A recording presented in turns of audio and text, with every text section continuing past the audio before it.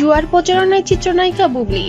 একটি জুয়া কোম্পানির শুভেচ্ছা দূত হয়েছেন ঢাকায় সিনেমার চিত্রনায়িকা শবনম বুবলি। প্রতিষ্ঠানটি জুয়ার। তোমরা সবাই কি রেডি আছো অনলাইন স্পোর্টস এবং ক্রিকেট এক্সপেরিয়েন্সকে নেক্সট লেভেলে নিয়ে যাওয়ার জন্য? মেগা ক্রিকেট অ্যাপের প্রচারণামূলক ভিডিও নিজের ফেসবুক পেজে শেয়ার করেছেন তিনি, যেখানে বুবলিকে বলতে শোনা যায়, আমি বুবলি, মেগা ক্রিকেট ওয়ার্ল্ডের একজন শুভেচ্ছা দূত। তোমরা সবাই কি তৈরি আছো অনলাইনে স্পোর্টস এবং ক্রিকেটের অভিজ্ঞতাকে নেক্সট লেভেলে নিয়ে যাওয়ার জন্য? শুধুমাত্র একটি আঙুলের ছোঁয়ায় সুযোগ হাতছাড়া করো না, জেতার আনন্দ উপভোগ করা নিরপেক্ষ। শুভেচ্ছা এবং ভালোবাসা। আবুধাবিতে টি10 লিগ এখন দ্বার প্রান্তে এবং উত্তেজনা চরমে।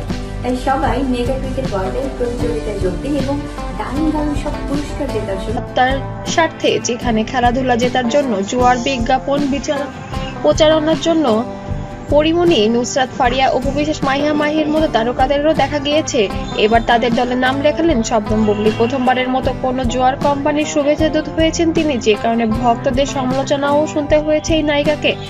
কেউ আক্ষেপ প্রকাশ করে লিখেছেন, টাকার জন্য শেষমেশ বুবলিও অসৎ কর্মকাণ্ডে প্রচারণা করলো।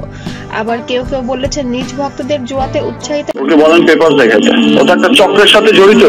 ও চাইতেছে আমি শেষ, মানে ওই চক্রটা চায় যে শাকিব খান শেষ, মানে বাংলা চলচ্চিত্রই শেষ। এই জন্য তো আঘাত হানতেছে, কত টাকা পেয়ে এমন করলেন অভিনেত্রী। যদিও বুবলি ভক্তদের মন্তব্যের বিপরীতে কোনো জবাব দেননি। তিনি আপাতত একটি সিনেমার শুটিংয়ে ব্যস্ত সময় পার করছেন কক্সবাজারে। ইতিমধ্যে এমনই একটি গুঞ্জন শোনা যাচ্ছে, কক্সবাজার থেকে নাকি পুলিশ তাকে অ্যারেস্ট করেছে এবং ধরে নিয়ে গিয়েছে জুয়ার প্রচারণার কারণে, কারণ এটি একটি ইললিগ্যাল কর্মকাণ্ড, যেখানে গ্রেফতারও হতে হলো শবনম বুবলিকে। কি করতে বলেন, এত বছর পর কেন এসে করতেছে?